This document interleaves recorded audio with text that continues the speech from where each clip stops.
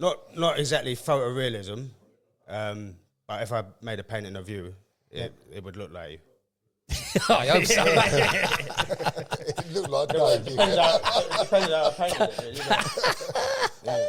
Yeah, it's true. It's true. Please like, subscribe, comment, and hit the notification bell for any future videos.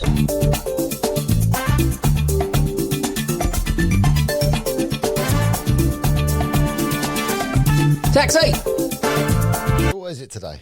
Today, Dave, we have Henry Wentworth. I know Henry's dad really well, and his dad's brother. And today, Dominic Dispirato. Dispirato, yeah. Don't you prefer Dispirato? Sounds better. leave it like that. Where's that from? Where's that? Italian. Is it? Yeah. Yeah, wouldn't you love that? I'd have loved that as a kid. Me and you are the tons, as we pointed out the other day. We're the Frampton and the Warrington. We're proper English. It is. Yeah, Wentworth. Wentworth's got to be English. I would think so. Got to be. I don't know everyone, do I? Do you know the Wentworth Arms? No. Sorry, sir, no. I don't know. Is that a little pub on the corner over by Bethnal Green? Or? Myland Station. Myland, Yeah, yeah. back. Yeah, it's a little pub. You're right. Yeah, on the corner, isn't it? Yes, on the corner. What's the turnaround now? And that where we used to go through for the cemetery, and it round the back there somewhere. Kind of, but not there. There were no turnarounds. It's in Eric Street. It's on the corner of Eric Street and Wentworth. So I kind of figure I used to go round there for something. I don't know where. for a beer. So Go on. So what is it today? It's a degree. Well, we wanted we got two guests that are going basically have both been to university, and the idea would be to sort of like do a comparison between university and doing the knowledge. So if we can maybe start, Henry, I know you've been to university. Yep. What is it that you went to university and studied? Well, the official course was film, radio and television studies, and then it just became film studies because I wasn't interested in the other two. Yeah, it was Canterbury Christchurch University. It was a great experience. I loved doing it, and, you know, it was fun. Useful, that's a different... I wouldn't say it was particularly useful in life. I would have thought for the film industry you'd have to be fairly qualified. So...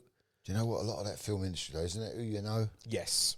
I would, in my experience of trying to do it over the last 10 years, yes, that's very much. Because when I did do something years ago, many years ago, I don't know if I ever told you this. You told me. That film, everyone who was a runner or because you get your director, but then you end up with about the fourth director, don't you? Something like way out. They're not a director, they're a runner really, but they're all related to someone or something. Or they know how to get in. It's not that easy to get in. Yeah. Dave's world famous with films. Dave was in The Warriors. All right. Yeah, but they were worse. But I did a lot of film work security as well. We did Greenwich. Greenwich unit. We did the film, like 102 Dalmatians, things like that. My brother did Snatch. He was on the doors and all that. So 102 Dalmatians. Yeah, Is that the sequel to? And you know where that was filmed? No. Do you know? It's filmed at the Chambers. Where's the Chambers? St Pancras. As you look at St Pancras, the building, you've got Renaissance. Before that hotel was there, long before that was there.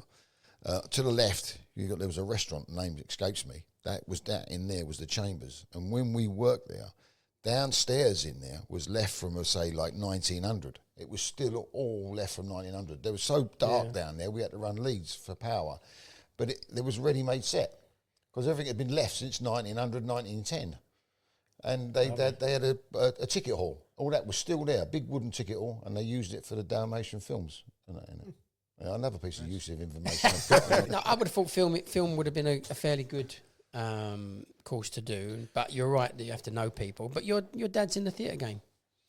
Yeah, he was obviously, he was back in the day. But I think the point I'm trying to make is that when you study film, right, there's two different sides of it, right? There's the theory of it, there's how to use a camera and how to learn how to edit and how to learn how to screenwrite. That's good, right? But debating film, you know, I don't need a lecturer to tell me what was Jonathan Demme trying to say with The Silence of the Lambs. Well, who cares? It's already been made. I can have that debate with my film geek friends down the pub. Tell me how a camera works. Tell me how to edit. Tell me how to write a script. That wasn't part of it. Oh, and I feel that was the bit that was a bit of a waste of time, quite honestly. Well, now you could get that same degree on YouTube, can't you? Very much so, yeah. Just watch YouTube. How long was the course? 3 years. For 3 years. And have you got any work out of it? Using my degree? No. And how long have you been out? How long have you since you finished it? When did I finish? God, I've gone blank. How old am I? I'm 30, so I would have finished when I was 21. 9 years ago, yeah. In 9 years? Yeah. Now, had you have done the knowledge then, and do it in reverse what you're doing? Yep. Then look at a course. Yep. Then go course, because you can work evenings as you know anything you want in the cab, can't you? And 100%. then go on, and not only that, you're a bit older, a bit wiser, you've seen a bit more, and you can pick out the subject that really counts, can't you? Mm-hmm. Absolutely. Any kind of link to the film business I got, ironically enough, was through the knowledge, because my dad has picked up God knows how many producers, directors, screenwriters, whoever, given them my details, and then I've met people and got some kind of work through that. So the knowledge did get me work, sort of. It had nothing to do with my degree. They didn't ask about my degree. That's one of the amazing things, Dave, in the cab. With the people pick up. I had a thing once with the same thing, picking people up. I had a problem with copyright, intellectual property rights. And the guy in the back jumped in, and he just, at one of them talkers, he said, "How are you today, Kebby?" I said, I'm good. He said, "Do you do this full time?" I said, "No, basically I'm doing some other things where I'm helping people teach the knowledge and stuff." He said, "Oh, good." I said, "But I've got a few problems at the moment. I mean, some people have basically copied my book and photocopied it, and they sell it for £5. But I make it and I sell it for £20. He said, "Oh, really?" He said, "Yeah." I said, "But I've just found out this morning, it's kind of give me the ump." He said, "Just drop me at Oxford Circus here. Here's my card. Come and see me on Thursday, 10 o'clock. I'm an intellectual property lawyer. It will not cost you a penny. Come up and see me." Within one letter, he sent one letter, and I got £1,000 check straight away.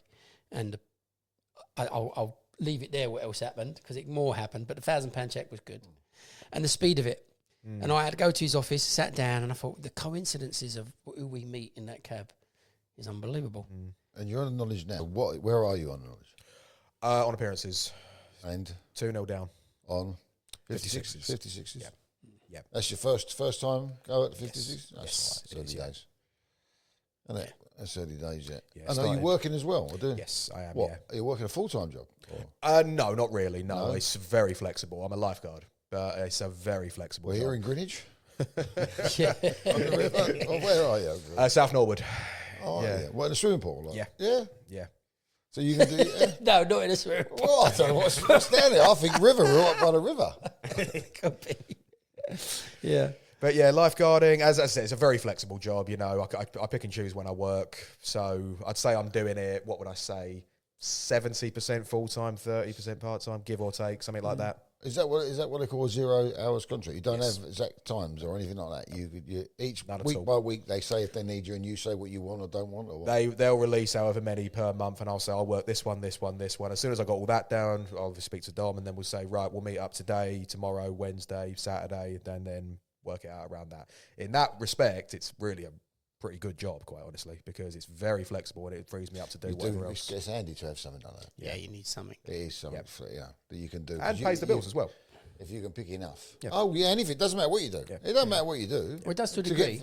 no, it wouldn't bother me if I was doing the knowledge. I wouldn't care less. I know, in one respect, I want to just add a caveat to your, it doesn't matter what you do. It seems to matter that if you think you're doing something that's contributing to your knowledge, it isn't. For example, the PHV drivers.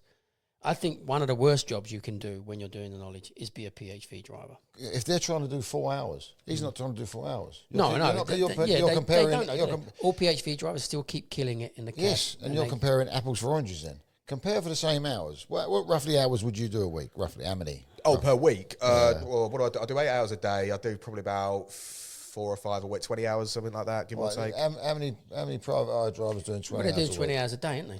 And then they So expect you to do can't knowledge at compare same the time. jobs. This is what I mean. You can't compare the jobs. They've got all the visuals, but they're exhausted. Yeah. They've exhausted. As we They have say, no time left. they missed the one key point that they need to do, which is speak the language that we speak. Well, if you're comparing like for 20 hours, I wouldn't care what the 20 hours was because it would be that gives me Yes. the into the knowledge, isn't it? I can go and do that. I can go and do my knowledge. I always thought filling shells in Tesco's was one of the best jobs for the knowledge because it was out of hours. You got paid, zombie job. Yeah, Morrison's. We work next door. It's Waitrose. Waitrose, that's the same thing. I don't shop in Morrison's. You got Tesco's, you got Marks and Spencer's. I shop there, yeah. Marks and Spencers and Waitrose, that's it. Although I am lying, I was in Aldi yesterday. Oh, over that end. Well, that end. But yeah, it was good in the air, yeah. So anyway, we digress. Film done that, doing the knowledge, 2-0 down. Why do you think you're 2-0 down? What's happened on that sense? What happened in that sense? In my opinion, just my personal opinion, the first one, I think I was very unlucky. Yeah. I think he just killed me. It was Who? Gunning. Yeah, He killed me. He just absolutely killed me. One of them, I nailed because it was one of his. And I could see him look up and realise that I was doing his question. So he started changing it up. But he just killed me on the first one. I got 9 for that and 0 for the other 3. The second one was totally and completely my fault. I hate making excuses. It was my fault entirely. I just dropped the ball. I just completely dropped the ball. It was Patel on the second one. And he didn't give me a bad set of questions, quite honestly. They were relatively okay. But again, I hate making excuses, but my kid had just been born 6 weeks early, so I was As he makes excuses. I wouldn't worry. But anyway, He didn't have the baby. Would you? I wouldn't read anything to that. I would say you got 2 of the hardest examiners out of the way. well, there is that. Everyone said that to me, yeah. So they're out of the way. I really wouldn't worry about it. Just keep going. Just keep going. Absolutely. Once you've got He wasn't going to give up. I wouldn't worry about it. No, like trying to think of why. Trying to say, I just had the... I wouldn't worry. It's just, you're right on that one. Just whatever happens, come back here and study again and go back again. Yeah. There is a lot of thought that people put into appearances afterwards in some sort of analysis, and nearly all of it is completely meaningless. Yeah. It was an appearance, it was done. There isn't no deep thought or deep conclusion, or very often people have a bad appearance they drop a lot of points. They come out thinking, I need to know more points. No, that appearance, you was never going to get those points. You weren't going to answer them. You're good at points. Carry on doing the pattern that you're doing. Stay in the rhythm of your study. Most important thing, don't change it up. What was your university situation, Dom? I studied art. I got 2 degrees, the bachelor's and the master's. Where? First one I studied at Middlesex. The second one was at the Slade School of Art, in part of UCL. Yeah. Gower Street. Yeah. So 2, that's a good uni, isn't it? Slade, yeah. Slade. It's one of the best schools in the That's what world, I mean. basically. Yeah, Slade School of Art was. And work from it? Yeah. If you were really into art, you would probably know me. I'm quite well known as an emerging artist. Yeah? Basically, yeah. Well, we know you now. No, you wouldn't have known me before, though. Yeah. If we Google you then... You'll find stuff. Right, what I'm going to do is I'm going to Google it and insert that on the No, thing. don't do that, no. It ain't all thingy, is it? But there's going to be people watching that. Nouveau riche porn or something. What kind of art is it, Dom? Mainly painting. Painting of not portraits, landscapes, or abstract? At the moment, it's quite surreal. Yeah. Like Salvador Dali. Yeah, a little bit, yeah. A bit like that. I'm a big fan of Dali. Yeah. But I've worked in a lot of different ways over the years. I've made portraits. I've made abstract paintings. Are you any good at that kind of photographic life drawings? Yeah. Is it in pencil they do it, I think? Not exactly photorealism, but if I made a painting of you, it would look like you. I hope so. It looked like Dave. Depends how I painted it, really. Yeah, that's true. That's true. You're not down at the seaside doing what's it called, caricatures? Yeah. I suppose some people could say photorealistic. Yeah. Yeah. The best way is to show you, isn't it? Really. Yeah. Well, I'll look up some of your art. Yeah. I mean, I've known a lot of artists over the years. Dave's an artist. With a P in front of it. Yeah. Any other jobs? Have you had... Yeah, I'm working full-time at the moment as well. full-time? Doing what? Security. And what's the hours on that, roughly? 4 on, 4 off, 12 hours a day. And you're doing days? Yeah, days. I mean, I know you might not want to say here and that, but can you call your books during it all? Because I always think security is one... You know already, yeah. It's one of them jobs you're doing your knowledge His as well. governor might be watching. Oh, no, well, you can take that out. You can just say, take that out. Well, that's why I'm doing it. It is. There are certain jobs. Yeah. And private eye is one of them where you get the visuals, you do the job, but you can't do the bookwork because you're so tired. Yes. And unless you cut back on your hours on that one, and do like he's the 4 on, 4 off, or the hours of 20 in a private eye, you're not. If you're doing 100 plus, then how can you possibly do the knowledge as well? Exactly, you'd be exhausted. It'd be really hard. Yeah. But that's the security is a perfect job, and the lifeguard. These are perfect jobs for the knowledge to get you through. But you only do 4 on, 4 off. I see. When I first started knowledge, I was doing 4 on, 4 off. What was you doing? I was driving trucks. Oh, you were a truck driver. I don't know if you said that before. 4 on, 4 off. I did nights, but we were driving multiple. I'll even say where it was now. It's Amazon's at Bow. We was working for just through the summer. Oh, it used to be Dudley's. And just for the private estate there. 12 Trees Crescent. But I drove. There was Arctics dust carts, all different things. So, and often you'd be there on call. So I'd be sitting about like a security guard some of the time. So this is where I went, and I should just quickly through the books. And then when we took them out, as I said before, we'd done some runs with the trucks. Yeah. While we was going that way. So anything you can find to do it is a good thing. That's why I'm doing it. Yeah. You're getting paid, and you're getting paid to do it. I know you're supposed to do other things. 100%. I'm there on my own as well. There's no one there. Yeah. Just a lone working position. So Perfect. It'd be the same as a security guard sitting there reading a novel. No, I know. Yeah. Watching telly. He's doing something productive. It's no different. You're flicking through. It's not alert. In actual fact, security guard might be the best job to do. It could be. It's certainly a top 3, isn't it? Yeah. You can study at the same time as getting paid. Yeah, exactly. And it is very good. Where are you on the knowledge? Same as Henry, 2-0 down. And who have you had? Hansford and Hall. Yeah, I won't worry. It's both 2-0 down. They'll both be all right. And you're Here we go. Both 2-0 down. What school are you going to? I wouldn't worry. I'll really just keep. And what did you do? What's your routine for coming to school? Dom doesn't come to school. He don't? I do now and again. It's difficult because where I'm at work as well. That's the difficult thing with that, because I can't go out on my bike whilst I'm at work, obviously. Yeah. But if you've got 4 days off every 8, then you're out on the road and doing a bit of knowledge them days, aren't you? Yeah, and not all 4, but you can do as many as you can. Yeah, so I take 1 day off a week. I still call my books and that, but yeah. I've only just started doing that as well, actually, because I would take a day off. I was working on my flat as well. I would. Now, looking back, I'd say to anyone, have a day off. Don't, as you say, call your blue book, whatever, but try and have if it's not good afternoon, stop it by lunchtime and things like that, you know, otherwise your head starts to go, doesn't it? That makes sense, yeah. And rest, because you do come back. It's a bit like going running and things like that. If you run every single day, you're getting sore and bruised, and you have a couple of days off, you find you do a personal best, don't you? I don't know if you've ever run. Yeah. So when you was going to university to do this film degree, and then you finished that and you moved on, where was the moment and what was the inclination to make you decide to start doing the knowledge as being a career rather than a film? There was no in between from leaving university to getting a job. I left university, and within a week I was working in the theatres because Dad got me a job in the theatres, and it was good. You know, it was all fine. Then COVID, that all happened. Met a girl who became my wife, and so I was with her, and I was sort of getting to sort of like 28 now, 29. I've been making films, and I love doing it, but I'm doing it all off my own back. I'm the only one like funding it, basically. So I was thinking, and it's just going nowhere, just going absolutely nowhere. I love doing it, but wasn't making any money out of it. So it got to a point where I was thinking, right, I'm nearly 30 now. Like, how long am I going to be doing this for? Because, you know, might be having kids one day and all that sort of thing. And the old man just for years and years and years said to me, why don't you do the knowledge? Just do the knowledge. And for years I said, no, I can't do it. It's too hard. I can't do it. It's impossible. Like, no one can do it. Clearly it isn't impossible.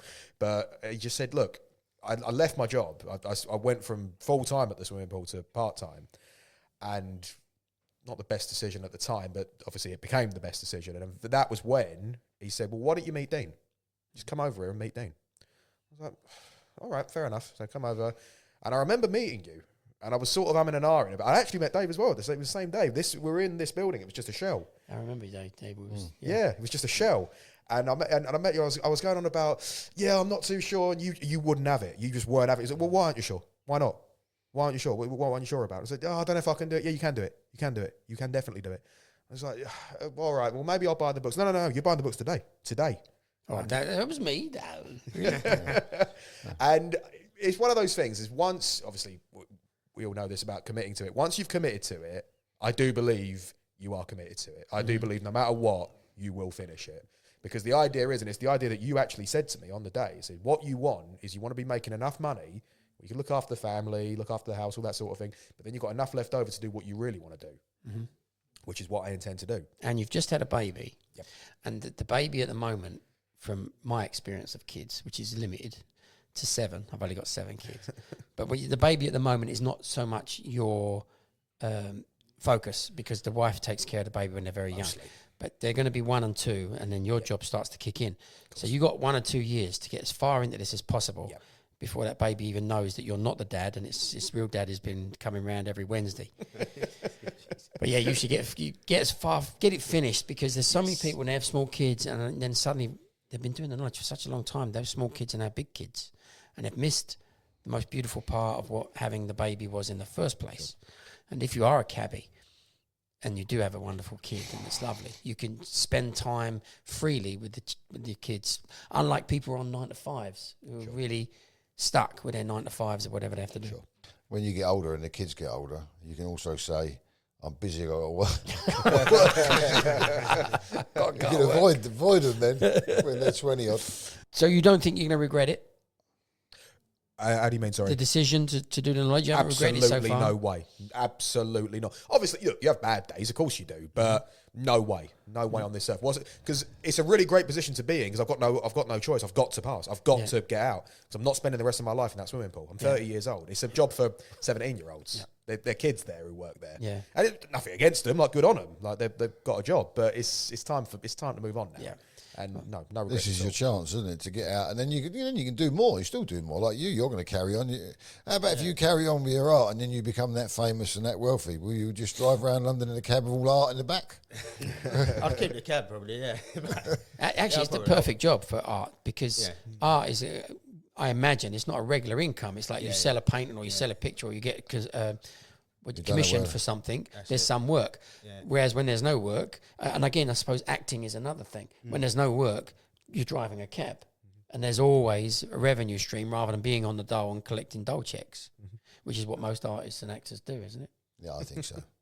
I think it's a great job. I think it's great for both of them because you can go on. You can, go back to TV and film and anything. Any opportunity comes up, you may even meet someone in the back, mightn't you? And they want someone. Yeah. Oh, for the jobs that you're doing? No, when he's driving a cab, he could come across someone, couldn't he? Absolutely. Every couple of months, the old man will call me up and say, "Oh, you never guess who I just had." Like whoever it is, like every couple of months it happens. Yeah, all the time. I've lost count the amount of stuff I've done in a cab filming. Filming? Yeah, loads. I've done loads. Commercials and God knows what. Oh, yeah. The Chelsea Detective and so on. You know everyone's going to think about that special cab. They're all going to be thinking about that special cab. Yeah, I've done so much of it. I can't even, movies and different things. Yeah. But you get booked up. Not so much me, the cab. Yeah.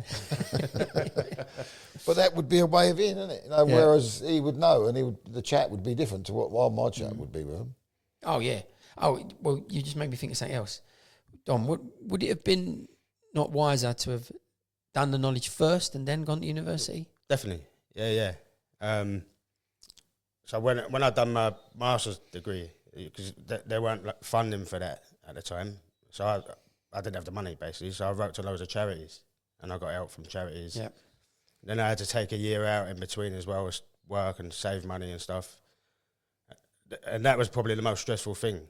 Was doing it financially, really. So if I was a cabbie before that, it would have been much easier. Yeah. Would have took all that away, wouldn't it? Would have took all that stress away. 100%, yeah. Yeah, because that adds to it. You don't think of that, do you? When you're doing the degrees, bad enough, isn't it? You've got to learn so much. Yeah. But the added stress of finance. 100%. Yeah. I couldn't even go to my graduation ceremony because I still owed them money. It was about 3 years later or something as well.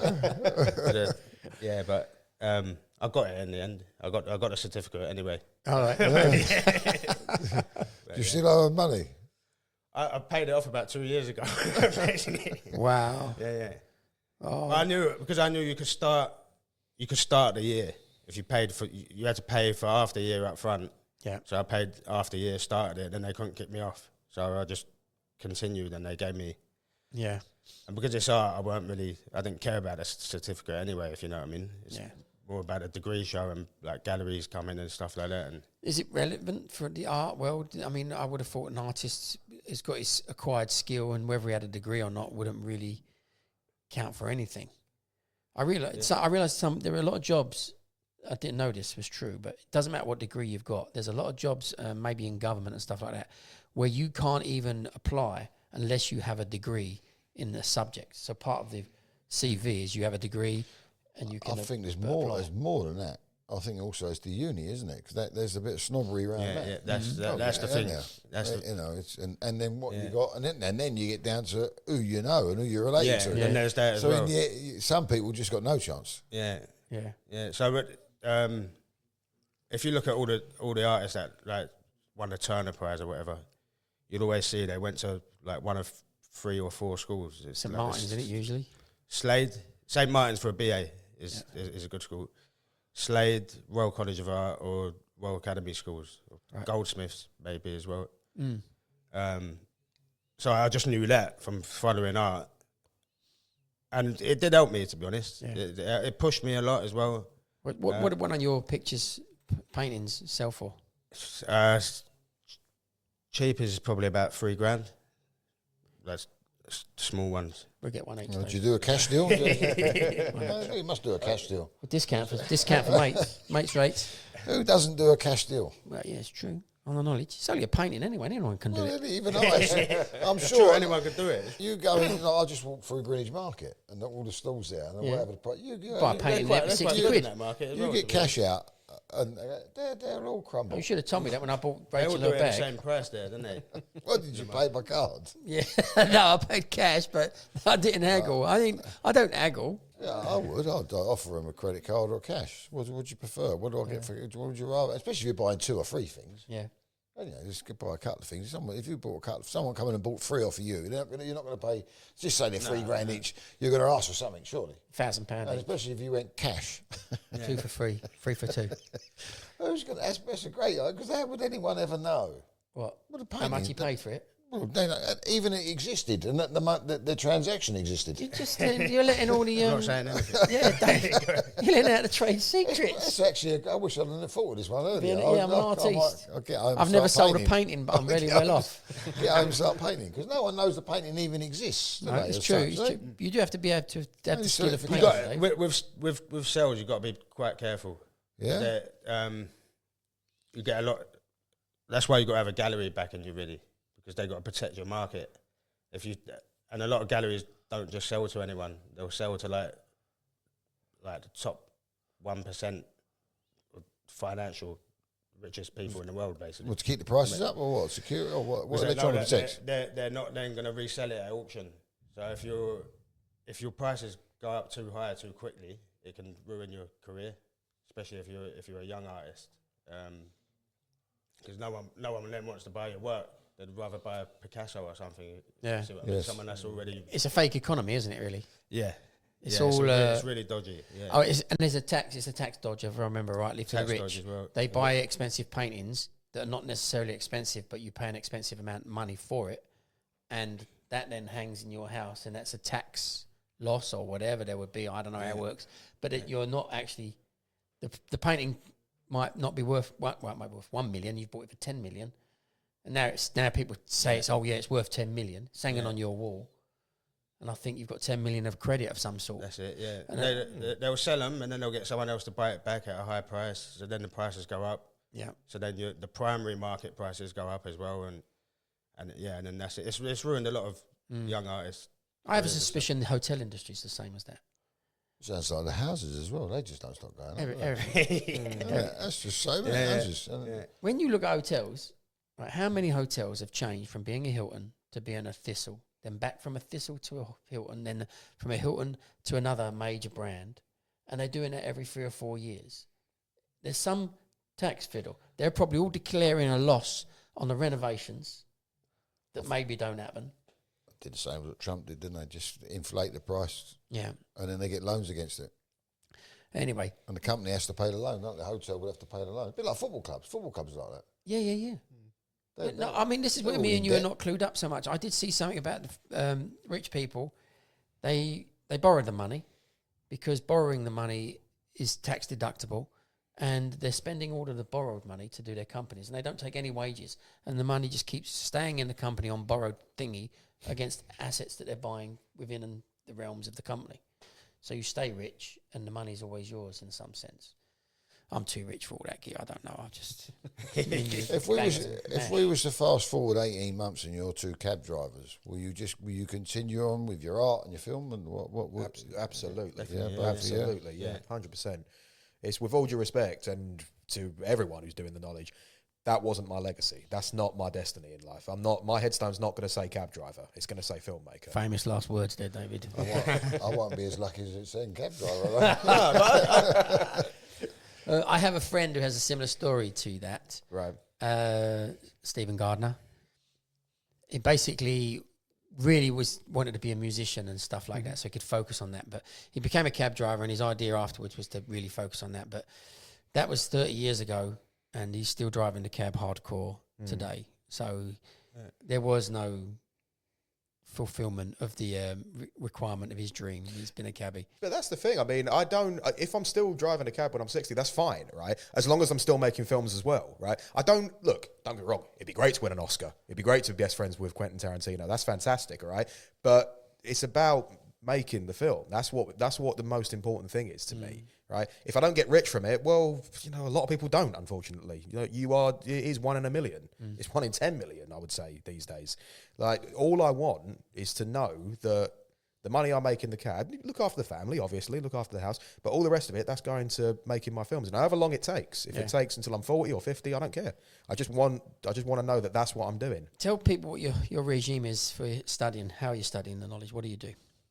So, obviously, Blue Books every day, almost always as early as possible to try and get it out the way. When you say Blue Books every day, how much, how many, how long for? One book. So, One book? Okay, so book one, 80 runs a day, and then points. How long did it take you to call one? How long does it take? These days, I could probably do book one in under 20 minutes. Okay, I'd say that's talking quite quickly. Oh yeah, very much so. And I guess add 5 minutes for each other book. I would say, give or take, and then points straight afterwards. Like on the Wiz Radius app, you have the Monday to Sunday, so I call like a rotation. Yep, and then almost always try and stick with 1 day off a week. So it'll either be Dom is almost always first person I go to for point to point. That'll either be afternoon, evening sort of time. If not Dom, then another person who's also a student near Zoe. And if not her, then my dad does point to point with me. And again, try and get it done as early as possible. If I'm not working. If I'm not working, try and get it done as early as possible. So you've got the rest of the day for wife, kid, whatever. So, yeah. Give or take, I'd say that's all what right, it is. nice. And Dom, what's your routine? Yeah, almost the same. 1 book a day, 80 runs. As quick as that? You 20 minutes? It was. I've actually just started changing it a little bit. So now if I get a run wrong, I go back to the beginning and I call it again. So that's making it take a little bit longer, to be honest, but it's helping as well. And then I do points revision for about however long it takes. I know you say I know what your suggestion is with doing 40 questions each in a 3-hour session. Normally takes me a bit longer, to be honest. It's not necessarily a suggestion, just a guide in a sense that many people, when they do point-to-point, certainly as beginners put too much thought into their answer and too much effort into trying to be correct rather than actually just doing an answer and being wrong. Because making the answer quickly and being wrong is better than making the answer slowly and still being wrong, which is what most people are going to be at that stage. So, and the volume is just getting as much volume done as you possibly can. And I do see my biggest criticism of a lot of people when they're doing point-to-point is they're overthinking. They're deep in thought and they're trying to think of the whole route and what they're going to say, when really and truly you should just go back to the basics of where are you and are you going to leave on the left or the right? And once you eliminate one road at a time, you get nearer to your destination. And as you get nearer to your destination, the run starts to unfold and you start to understand where you're actually going to go. Whereas when you're trying to hold the whole route in your head and think of it, and then it's not necessarily the right route, so then you hold that route as a guide and start trying to think of another route, and now you're into a world of hurt in terms of the volume of information you're holding. So very often, a lot of the answers that we know, a lot of the questions we know the answer to, we know the answer to it because we saw it recently and remembered that what we needed to do on that question was go through Holborn. And going through Holborn was the best result. And there's a memory of all the solutions. And you only get that with volume. And nearly every single person that I do see struggling, one of the first questions you ask them is how much point-to-point they do. And they think they're doing a lot. And they turn around and say, I'm doing 12 questions a day or whatever. If someone's doing 80 and you're doing 10, there is... say 800%, ain't is it? It's if someone's doing 100 and you're doing 10, right? That's 1,000% more. Is that 1,000%, Dave? No. I've got that mathematician thing. What is it called?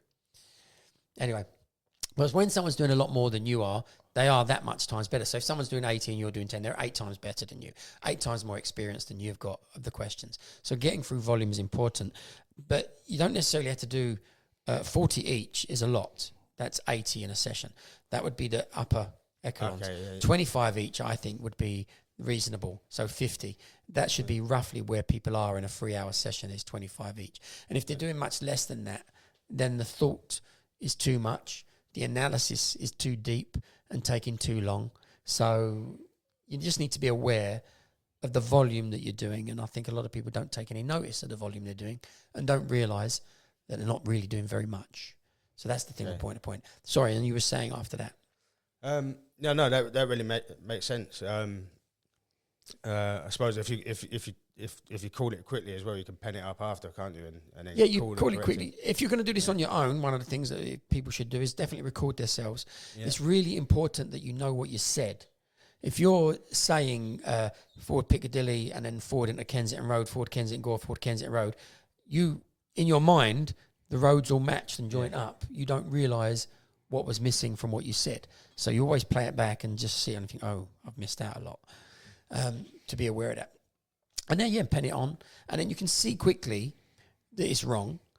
And the other thing that people would generally do that's a bit of a mistake for me, and this goes for a lot of people, most people on the knowledge are not going to be fantastic at it. They're going to be average at it, and that's where they should aim for.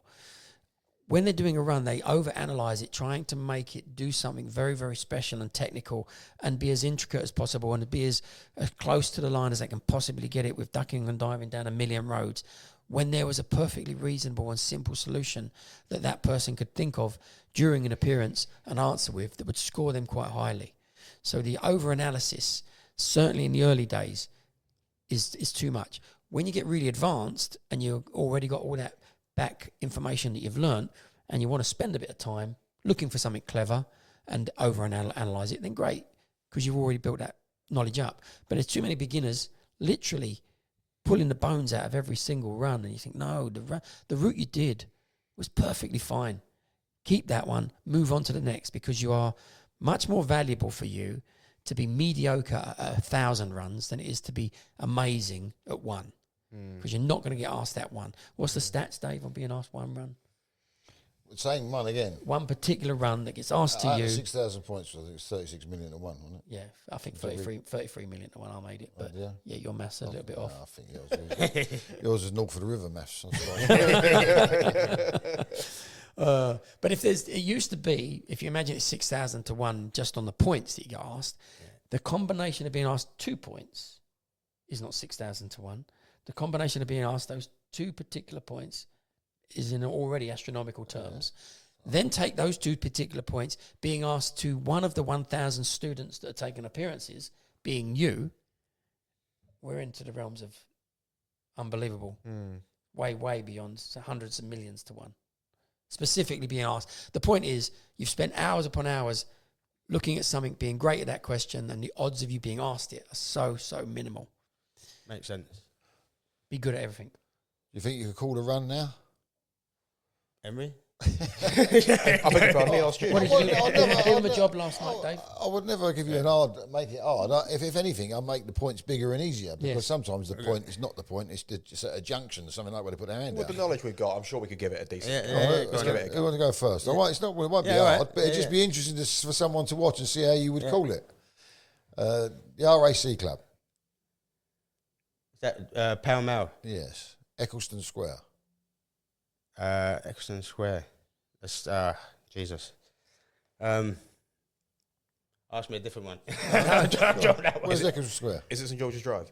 It is. I was thinking that. Yeah. So actually, I want to just add something here, because what's important about this is, you get people very much. You know Eccleston Square, don't you? Obviously. I know. You know what it is? It's the pressure as well. Obviously. Yeah, of course. That's pressure. what I mean, that's a genuine. And the guy was standing near the RAC, so I used that as the biggest point I could think of along there for you'd know. Otherwise, it was kind of in between there and getting down to probably more towards the Oxford and Cambridge Club. Before you do that and have a quick think, it's just an interesting thing that you're going to drop points. Everybody's going to drop points when they go for appearances, and they're going to drop points here. But the point is, a lot of people go out, gather tons and tons of detail about each point, and then when asked the point, drop the point. So a massive amount of detail that they're collecting for the actual point itself was it meaningless if you can't say where Eccleston Square is, for example. And the way we work on points for revision should literally be, where is Eccleston Square? And you say St George's Drive. Where is Eccleston Square, St George's Drive? You need to have that reflex answer, and that's what you concentrate on with points, is giving a reflex answer, because when you go for an appearance, the reflex will kick in, you'll say the answer, and then you'll think, where the hell's St George's Drive? Which is fine. You've got a chance to catch up, and you've got two pieces of information to join together. Eccleston Square, St George's Drive, where is it? Okay, now I understand it, and you can work from that.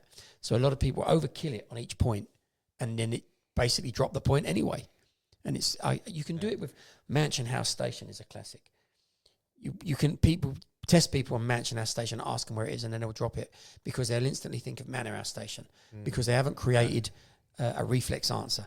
So when we're revising points, you're trying to create a reflex answer so you still function. Sorry to interrupt you there, Dave. But Go on. Yeah, but he hasn't had a chance to think about it. Sorry, what did you say then? I was thinking about the run. So it's Chelsea Bridge this route, Any by way the you way. want to go. I mean, it's of no consequence. It's No, just, none at all. None at all. Just the world is watching. So, Jesus. And you'll be able to drop loads of streets because we won't be able to No, remember. no. So, leave on the left, Pall Mall. Comply, Pall Mall Circus. Leave by Marlborough Gate. Forward Marlborough Road. Right at the mall. Left Queen's Gardens. Right Queen's Gardens. Forward Constitution Hill. Forward Duke of Wellington Place. Right Grosvenor Place. Left Grosvenor Crescent. Comply Belgrave Square. Leave by Upper Belgrave Street. Forward and right Eaton Square.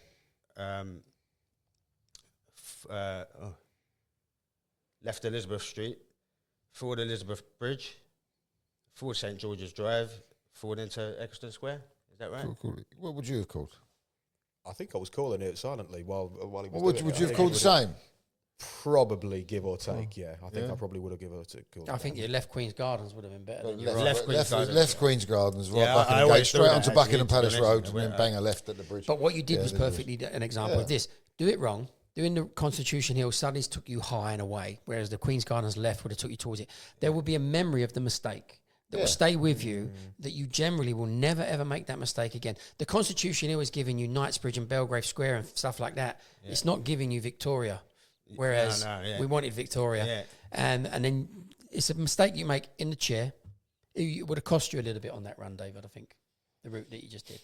Route I did, or you? No, what I was thinking was, can you go... It was over Chelsea Bridge. I was thinking... You to round Trafalgar Square 4 times. I was thinking, can you go left off of Buckingham Palace Road? That's what I was thinking. That's why I went the other way. You left Queen's Gardens, right, what's it? Spur right around the Buckingham Gate, straight on the Buckingham Buckingham Palace Road, Gate. and then just bang left at the that makes Elizabeth sense. Bridge, And you was, Now you have to have a little check on that one. Little simple questions can catch you out, which is I've got a super simple one. This is a true job. What can I use as a point? This is another handout. It's up the top of Marylebone High Street. What's up there? Marylebone Pub. It was a little bit higher than that, but the Marylebone Pub I do. You know the Marylebone Pub? I've already told you it's in Marylebone High Street. Right, and you can leave that. Do you know where it is? No, Marylebone Pub. You know where Paddington Street is? It's just that's south of that, but Paddington Street. So if you're coming down Marylebone High Street, you've got Paddington Streets on your right, Just after that, you've got the Marylebone Pub and that. But you're facing south. Just take us down to Claridge's. That's a genuine job. So is south from Marylebone High Street take us to Claridge's is the question, yeah? To simplify it. I'm trying to make it easy for you to get going. In other words, I don't want to tie you in a difficult... Why don't you make it Paddington Street to Claridge's? Yeah, but you might go off a different way. I'm trying to make him see... it work something. Okay. See what's that... I'm going to make this obvious in a minute. I'll have to give another one. Go anywhere in Paddington Street. Go on then, because... by the Marylebone Pub, I might as well tell you. You are giving them tech questions. As soon as you make West End and Mayfair and Fitzrovia, there's a mild tech to them rather than a distance question. It's all about whether they're calling in the fluid and people be able to see how they should be calling. That's all. It's not about trying to make it difficult on the spot here with a point. Yeah. What's the point in that? There's no point in me doing that, is there? There's no examiners to do that. You don't think you're right. So I'm trying to give you a big junction and a big... So you're at the corner of Paddington Street and Marylebone High Street, in Marylebone High Street, facing south.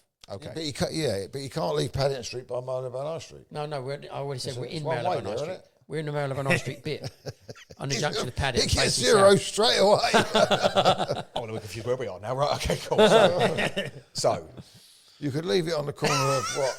New Cavendish. We're right down there You now. never go at it. God. okay. So let's just leave by Marylebone High Street. Leave by Marylebone High Street, forward Daya Street, right George Street, right Kendall Street, left. No, hang on. Sorry, my bad. Leave by Marylebone High Street, forward Daya Street, right George Street, left Baker Street, forward Portman Square, forward Orchard Street, forward North Audley Street, comply Grosvenor Square, leave by Brook Street. What was it we're going to again? Sorry. Claridge's. All right. Leave by. Yeah, Brook Street's down on the left. On the right, isn't it? On the right. Is that what you would do? No, I'd have gone straight down. Straight down, yes. That's what I was trying to get you to face. It's straight the way down. Because You see again, That was a good little question, wasn't it? it's because it's a blue book, and that's the first. No, thing it's I latched because it's so onto. short as well, and it's right in front of you. Yeah. But, you've turned right and there was no need to. Just straight But down then past the again, Mandeville this- Hotel. Was it James Street? Yeah, And then this you goes hit back to Brook the Street beauty of and left them on questions. the right after Davies. You'll get asked the question. But- Now you can look at the map again and you'll see that actually straight down takes you to Brook Street. You get the lefts on the right. It's all over. The question is easier than you think. Very often we complicate questions when they are easy. Yeah. And the classic back in the day, David, you wouldn't have known this one. They never did it. But you would get asked, and let me get it the right way round. It was Selfridges to Debenhams. And the amount of people that mucked it up. Selfridges to Debenhams is leave on left, set down on left. But they think there's no way it can be that. There's no way it can be that, and they would give it some flam. We'll chuck some streets in. They'd be like, I don't know why you did that. So the rule of thumb is when the question is easy, generally the question is easy. The trick is you're going to trick yourself. But you did that mistake now that you made, and your mistake that you made again. If you make it quickly, you can learn from it. Yeah. You can make the same mistakes. If again, Dave's put you under pressure. That's hasn't he? another one. No, I was even trying to face them the right direction and everything. I wasn't trying to be trigger spot. I was going, it's there.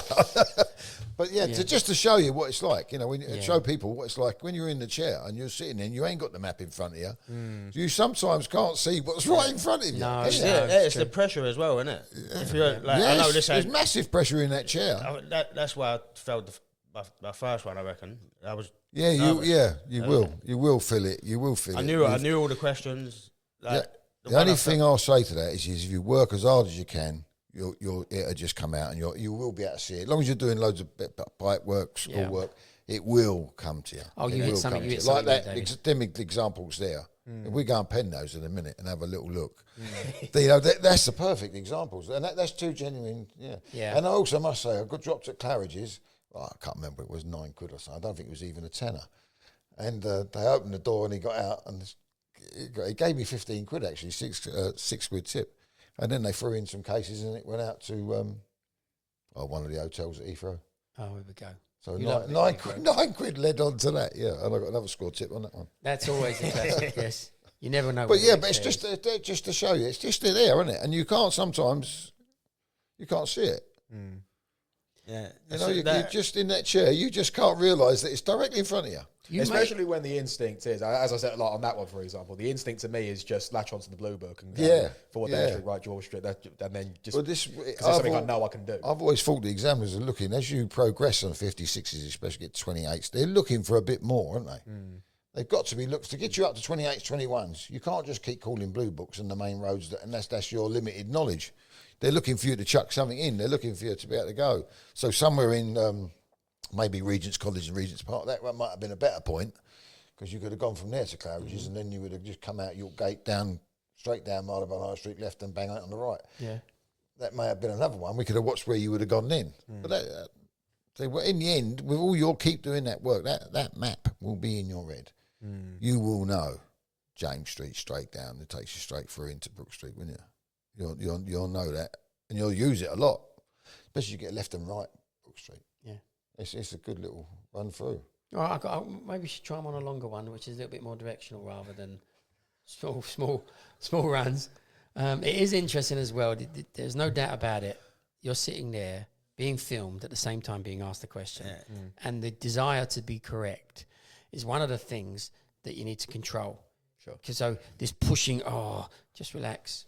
Don't worry about it. And again, I go back to the dart metaphor all the time. Just throw your darts. It's no big deal. And the more you can get that sort of I don't care, the more the answer will actually be more accurate. As soon as you pressure yourself into caring and I want to be good, I want it to be right, and I want to just be able to rattle it off, you can't. None of us can just rattle it off. There's always a small pause of thought. Do you think that do that in an appearance as well? Just. I wouldn't worry about hesitation in an appearance. Just think of your answer as best you can. Take as long as it takes you and give your answer, and let the hesitation marks be part of the debit. Adds the pressure as well, doesn't it? Yes. Thinking of hesitation. Yeah, that's what it's I was made doing. you conscious of it as well. So, no, don't think of the hesitation. Just think about getting the answer correct, and then name the roads and try to be metronomic. So when you're naming the roads, don't be leave by Matilda Street, right, Copenhagen Street, left Caledon Road. No, be leave by Matilda Street, right, Copenhagen Street, left Caledonia, because you're giving yourself brief moments of correction and pause, and you're not kind of hesitating. Whereas if you start flying off, then you'll pause for a very small amount of time, and they can give you hesitation if they wanted to. Makes sense. Yeah. So I want to try a nice long one. Do you know the Ram Brewery, Dom? The what? Sorry. Ram Brewery. Is it Ram Street? It is, isn't it? Is it? I think it's Ram Street. To Camberwell Leisure Centre. Oh, Jesus Christ. Camberwell Leisure Centre. I don't think I know that one. Where is it? Artichoke Place. He's the I lifeguard. don't know it. He's the lifeguard down there. Must have Leisure swimming pool? Centre. I've never I haven't pointed that one, no. Don't know that one. No. Okay, we'll just go to Camberwell Church Street. Camberwell Church Street. Where we going from again? Ram Street. We'll go Wandsworth Street to Camberwell Church Street. Camberwell Church Street.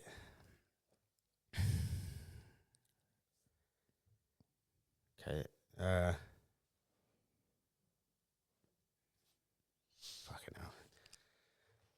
All right, this is part of my point, and it's quite a good way of showing people who are watching. Is the thought you trying to think where Camberwell Church Street is? Is that they're trying to think of the line? Because what I would be thinking of is what direction roughly is Camberwell Church Street from Wandsworth High Street immediately? So let's just say we're in the one-way piece, so I'm going to do a right into Putney Bridge Road. Will you carry on with Putney Bridge Road and go down to Putney High Street, or would you turn right into Armoury Way? Probably Armoury Way. And then when you get to Armoury Way, would you turn right Fairfield Street or bear left Swandon Way? Swandon Way. Okay, so you're making decisions. I think that was the wrong choice, but fine.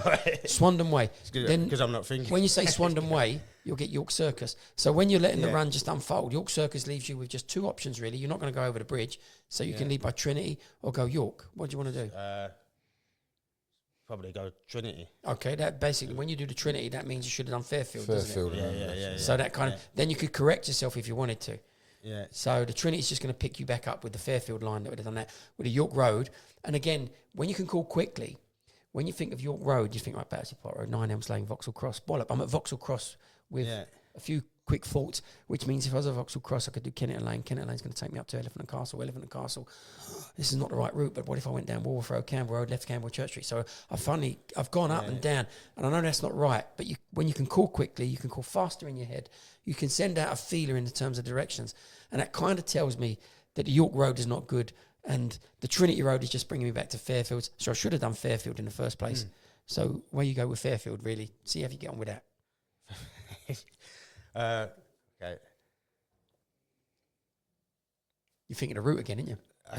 I think, where's Fairfield Street? Look, where's the next street from there? It's because I'm so used to doing that way, going right Armoury Way, Bay Left Swandon Way, can play York Circus, leave by York Road. Yep. Then it would be Bay Left to Slip Road, left East Hill, Go on right Marcilly Road, left Wandsworth coming north side. Forward Battersea Rise, forward Clapham coming north side. I'm not even thinking where I'm going here. If you're not thinking, this is another thing where people get stuck in appearances and it's the pressure. They give up. But always go back to where you are when you get stuck. You on Clapham? Where was you? Clapham Common South side, north side. North side. Yeah. Okay. So whenever you get stuck, you go back to where am I and what do I have, rather than where am I going, the actual final destination. At Clapham Common north side, apart from turning right to get the avenue, you could carry on with Long Road, or you could bear left, Clapham Common north side. So which of those three? And then I just weigh up. And an educated guess, usually you'll fall on the right one. So again, one of the tips is to try not to get stuck. Yeah. And have a way of breaking out of being stuck. That makes sense. Go on then, you're in Clapham Common North You're not Side. letting me off of it. Clapham Common North Side, forward Long Road, left Clapham Common South Side, forward Clapham High Street, forward Clapham Road, forward Kennington Park Road, Kennington Park Road. And now we're back at Elephant and Castle. Yeah, forward Newton Butts, forward Elephant and Castle, apply roundabout, lead by You're nearly there. You're two roads away. Woolworth Road, forward Camberwell Road, forward Camberwell Green, left into Camberwell Church. Okay, so what you need to understand is that you're going up for Elephant and Castle and then coming straight back down again for Camberwell Green. And you were at, where was he? It was at Long Road, wasn't he? Yeah. So at Long Road, if you'd have gone out to Clapham Common South Side, chucked a right into Clapham Park Road, left and right, right and left Clapham Park Road, you'd have been on a slightly lower line. What would you do from there? Clapham Park Road. Clapham Park Road, I'm going to Camberwell Church Street. Left Brixton Hill, forward Brixton Road. Now you're back up to Elephant and Castle. No. Clapham Park Road, forward Acre Lane, forward Cold Harbour Lane,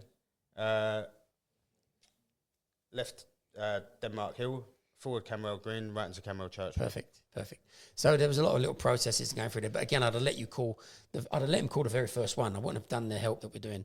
You would have done the York Road or the Trinity Road one and ended up at Elephant and Castle anyway and coming back down again. You will look at that mistake and you've done it quite quickly and you would learn so much from it.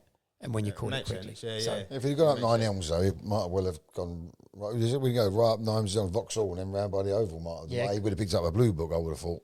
Oh, and come down past Kerb, and then you're on the line again. Yeah, they're on you're still up and down, but you would have got a different line. Yeah. Well, I get a D for that. Yeah. Get your coat. Do you want one to finish off with, Harry? Henry? Yeah. Well, go north. North and come into the Brown's Hotel in Albemarle Street. Oh, you want to come down to it or across come across the page a little bit. But a long line. Brent Magistrates Court. Brent Magistrates Court to Brown's Hotel. Albemarle Street. I know the cab driver route for this one straight away. I don't think I'm going to be able to do it. Pick out another point. Ask the question again. I want to try something slightly educational in that sense. Do you know Brent Magistrates Court or not at all? It's in Willesden High Road. Is it not a blue book point? I think so. Yeah, it is. I think you drop off there. Okay, so if you leave on the left Willesden High Road, would that means nothing? Right, Willesden Lane. Yeah, I'm not going to finish it off, but from that you get a straight run down all the way down. But a very simple idea, isn't it? Oh, yeah. I think I don't think I'd have done anything else other than that. Right to Kilburn Road. Yeah, and then forward Meadowvale. Yeah, go on then. Yeah, all right, cool. Sorry, where are we going to? I'll ask it as if we were Brown's Hotel. Go to Brown's Hotel. Action. So about Willesden Magistrates Court to a Brown's Hotel in Albemarle Street. So leave and left Willesden High Road, bear right Willesden Lane, right Kilburn High Road, forward Meadowvale, forward Edgware Road, left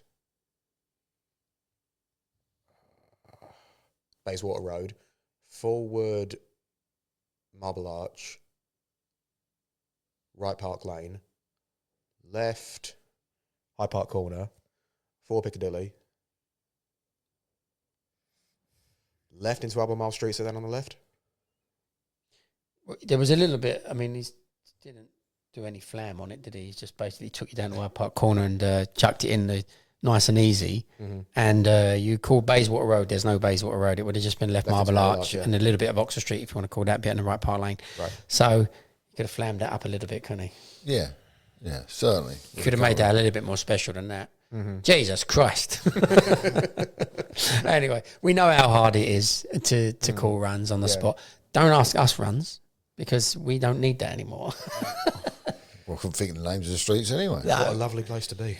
Yes. Right. And you just see it visually now, is it? Everything for me is one road at a time. I mean, I tell people when you're out in the cab, if someone jumps in, you don't think of the route. You ask me to go to the West End, I'll start driving that direction. You ask me to go to Clapham, I'll start driving that direction. I'll be analysing in my head as I'm driving, analysing so many different routes. Yeah, in my head, all different ways, and I'll be looking for amateurs. traffic. I have it right the straight way. Day of the week, time of the day. or the evening or whatever. What am I going to? That's what I'm driving. I'm not driving on a line as such. I'm trying. You keep it honest by trying to stay as short as you can. But there's no point going head first into a load of traffic when there's something a lot better. But you're using Waze, aren't you? You're using Google. I don't use Waze. No, I'll have a Google map open with the red roads, but I don't use something for a route usually, unless it goes way out of London. Or no, I need to get into the habit of using it. Traffic. Yeah, I'm just looking at traffic just to work. Yeah, because they won't know about bus lanes.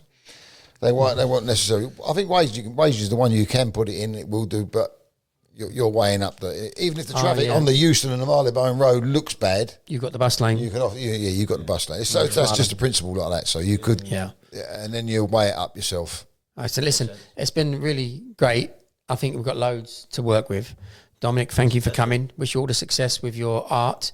I did see a few of your pictures. They don't look very good. And you, Henry, listen, and thank you for coming. And me and Dave, we watched a couple of the films you've made, and they were pretty rubbish too. And you've got no chances in a film career. So you've chosen rightly, both of you, to sort of branch off, become cab drivers, become qualified at something that's actually quite important and actually pays a real living, rather than these Mickey Mouse jobs that you both chose to do that are pie in the sky stuff. David? I'm going to try and watch out, see how they're getting on. Yeah, we'll keep an eye out. Yeah. All right. Thank you, guys.